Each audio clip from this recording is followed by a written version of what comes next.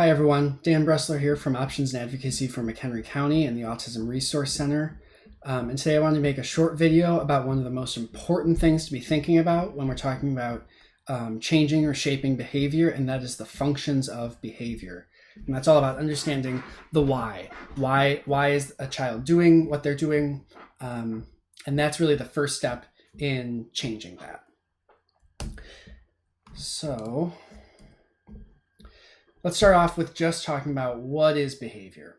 Behavior is anything that a person does that can be seen, heard, or otherwise sensed. Basically, if it's something that a person who's alive can do, it's a behavior.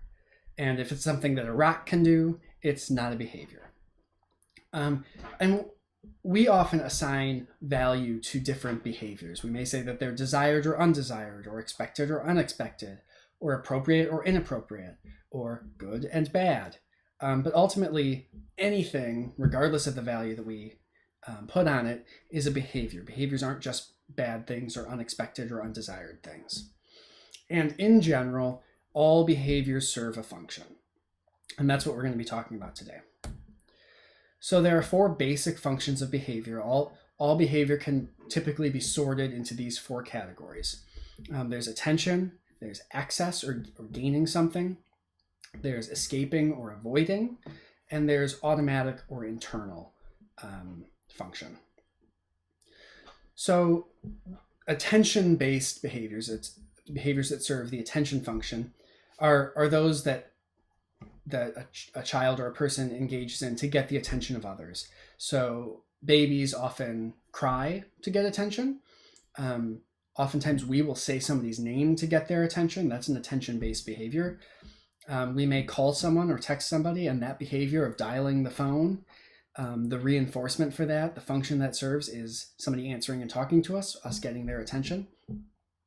And oftentimes students and children and even some adults will engage in off-task behavior or undesired behavior specifically to get the attention of somebody. So the second function that we're going to talk about is access, and that is behavior that serves to gain access to something. So for some of that will be communication-based behavior, like, hey, can I have a cookie? And we're reinforced for that by getting a cookie. That function was to get the cookie, to access that item that we wanted. A child, or anybody really, may yell, give me a cookie! And that's maybe a less expected or less appropriate way of serving that exact same function of accessing that cookie. And again, some people, some children in particular, will cry to gain access to something. So for example, if they maybe ask nicely, can I have a cookie? And you say no, they may start crying in the hopes that that will help them get that cookie. So you may be noticing a pattern here that the exact same behavior can serve a lot of different functions depending on the context. So crying can be attention, crying can be access, and we're going to see as we go forward that same behavior can serve a bunch of different functions. There are also some behaviors that are things like that help us self-access, and those are still access-based behaviors that don't involve another person. So when we want a cookie, we might just walk to the kitchen and get a cookie. That behavior of walking to the kitchen, the behavior of opening up the container or whatever it is, or the behavior of baking cookies are all access-based behaviors to get access to the cookie. Some folks may use a stool to climb on the counter to get a cookie jar that couldn't be reached from the ground. So maybe from our children, that would be a less expected, less desired, less appropriate, those are value statements that we may put on it, way of accessing a cookie. That's an access-based behavior in this context. The next function that we're going to talk about is escaping or avoidance. And that's any behavior that serves to avoid something that's unwanted. So we may be seeing a lot of this with our children and students right now during this remote learning. We may be noticing that we ourselves are doing this as we work from home or whatever the case may be. So we may be avoiding work. That can be off-task behavior, just doing something else. Maybe children are crying when they're told to do their schoolwork because that delays or avoids having to do that work. And oftentimes the questions that we'll ask when we're seeing avoidance behaviors in relation to work, behaviors that are trying to avoid work tasks, is that task too difficult, or does the student not have enough support in completing that task? And also, is the reinforcement that they're going to get for that task not proportional to the level of effort required or the difficulty of the task? In other words, is the reinforcement not worth the work? I may do my job for a paycheck, but I may not do that same job for a high five.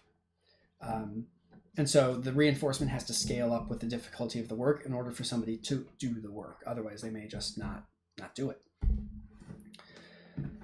There are some sensory-based experiences that lead to avoidance behaviors. And this is a little bit confusing because when we talk about sensory functions, we usually are talking about the internal or automatic function. But some of the behaviors may be designed to escape or avoid a sensory experience. So for example, when I drive into the city, I always turn down my music because that music is too much for me when I'm in a stressful environment. That's a sensory avoidance behavior. Some folks and children and adults cut tags off of shirts. That behavior is designed to avoid the sensory experience of the itchy tag.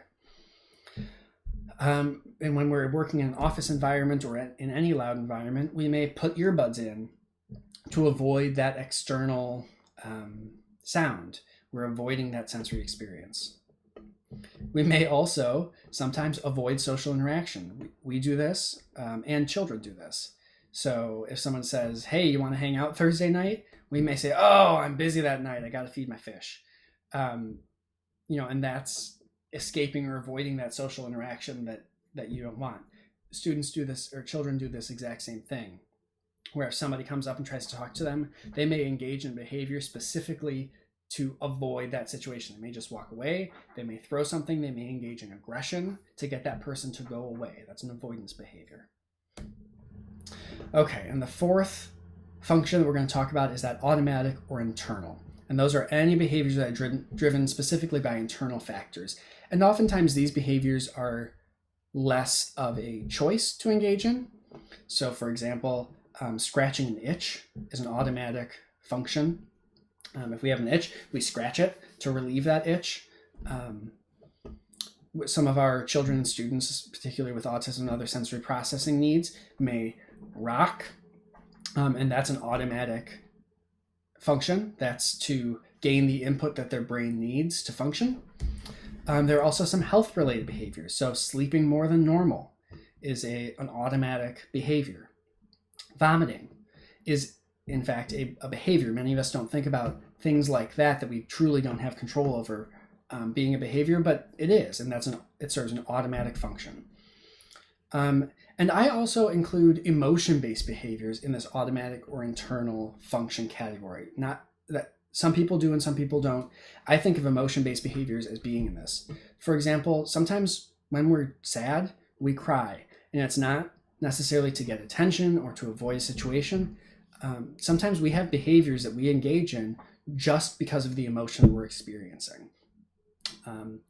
So as you've seen, like crying can be any number of functions, and it all depends on the context and the internal state of the person experiencing those behaviors. So we're wrapping this up now. Why does all of this matter? And it matters because if we want to change a behavior, if we're experiencing a behavior in a child that we don't like or that's inappropriate or whatever value we may put on that behavior, we first, before we do anything else, need to know what the function of that behavior is. We need to know why they're doing it, because that will influence what we do about it, how we go about shaping and changing that behavior. And once we've determined the function, we can teach more appropriate or preferred or expected ways to meet that need. Because ultimately, children are going, and people are going to meet their needs. They're going to get their needs met. So if they need attention,